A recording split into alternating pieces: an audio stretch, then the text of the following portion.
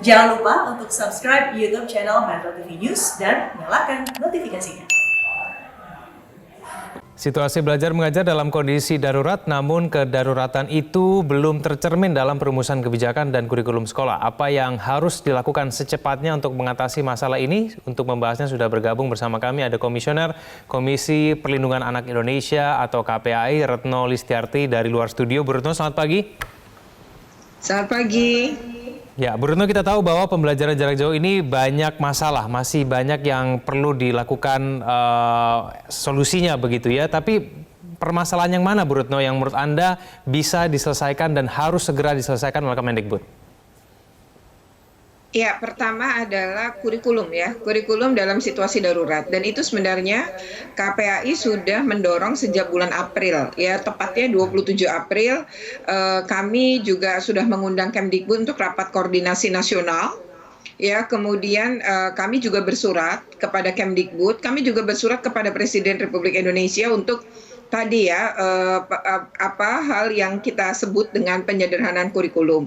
Yang kedua memang penggratisan internet, karena kan banyak anak-anak yang tak mampu membeli kuota. Jadi punya gawai tapi nggak punya kuota, atau bahkan nggak punya gawainya juga nggak punya kuotanya. Nah, ini kemudian menjadi persoalan, tapi setidaknya dengan menggratiskan internet selama masa PJJ 6 bulan ke depan, atau kami menyebutnya ini PJJ fase kedua, maka itu sangat membantu rumah-rumah dan keluarga-keluarga serta anak-anak, karena kan bisa satu keluarga itu punya 3 anak, jadi sangat berat ya penggunaan internet ini bagi keluarga. Jadi sebagaimana negara-negara yang juga terkena pandemi, termasuk Vietnam ya, mereka juga menggratiskan internet. Jadi ini penting untuk dukungan pembelajaran jarak jauh sebagai pemenuhan hak atas pendidikan. Nah, namun yang tidak kalah penting, kalau PJJ diperpanjang, mestinya Kemdikbud segera menyederhanakan kurikulum dengan kurikulum adaptif, memilah dan memilih materi-materi yang esensial. Kenapa? Karena anak-anak juga tidak bisa terus-menerus dia berada di depan komputer, laptop atau gawainya ya secara terus-menerus berjam-jam ketika pembelajaran begitu panjang di rumah, karena itu juga menimbulkan problem lain. Seperti IDAI mengatakan itu bisa menimbulkan obesitas, radiasi pada anak ya, hal-hal yang memang membahayakan kesehatan anak-anak juga. Bu Retno, akibat dari kurikulum yang belum disederhanakan ini seperti apa sih kepada anak-anak kita?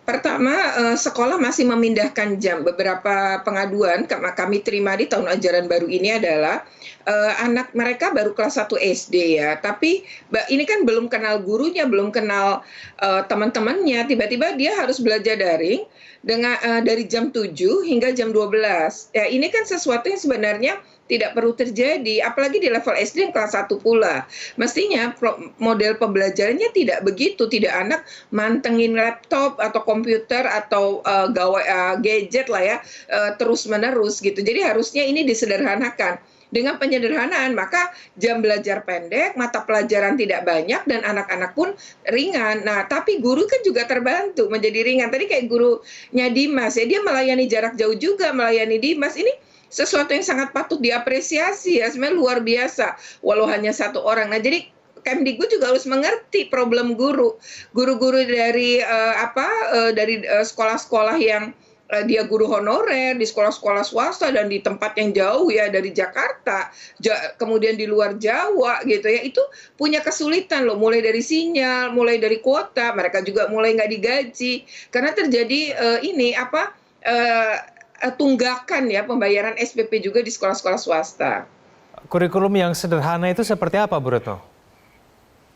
Sebenarnya memilih dan memilah saja materi yang dianggap esensial.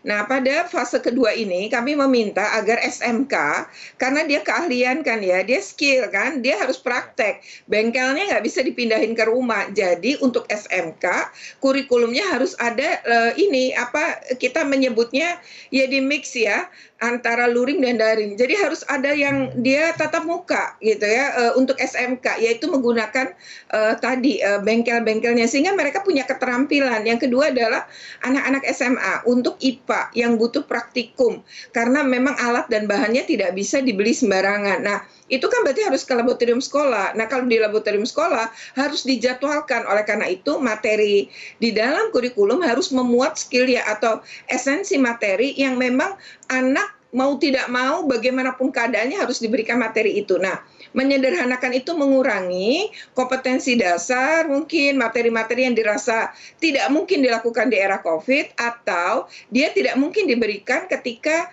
tidak butuh penjelasan, butuh pendalaman dari guru terhadap anak-anak, butuh interaktif. Dan kalau ini menjadi sulit dilaksanakan, sebaiknya materi ini juga bisa saja dihilangkan. Jadi ini yang sampai sekarang kok tidak dilakukan. Jadi kalau dihitung dari April ke sekarang, ini memang sebenarnya terlalu lambat ya Kemdikbud menyiapkan ini. Dan sekarang tahun ajaran baru 13 Juli pun yang menetapkan kan Kemdikbud juga. Jadi kalau berani menetapkan itu baru ya, tahun ajaran baru, seharusnya juga sudah menyiapkan kurikulum yang adaptif yang baru tadi ya.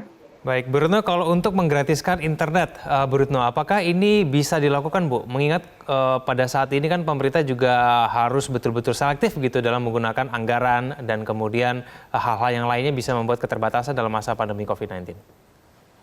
Iya, sebenarnya penggratisan internet itu Kemeninfo sudah memberikan sinyal kalau Kemdikbud minta, maka apa yang harus dibayarkan, apa yang harus dipenuhi, itu sebenarnya Kemeninfo terbuka. Nah, sayangnya hingga hari ini Kemdikbud dan Kemeninfo tuh belum bertemu. Ya, harusnya Kemdikbud yang punya kebutuhan, ya Kemdikbud yang bicara. Karena ini kan tidak bisa dilakukan oleh Kemdikbud menggratiskan internet. Itu harus Kemeninfo.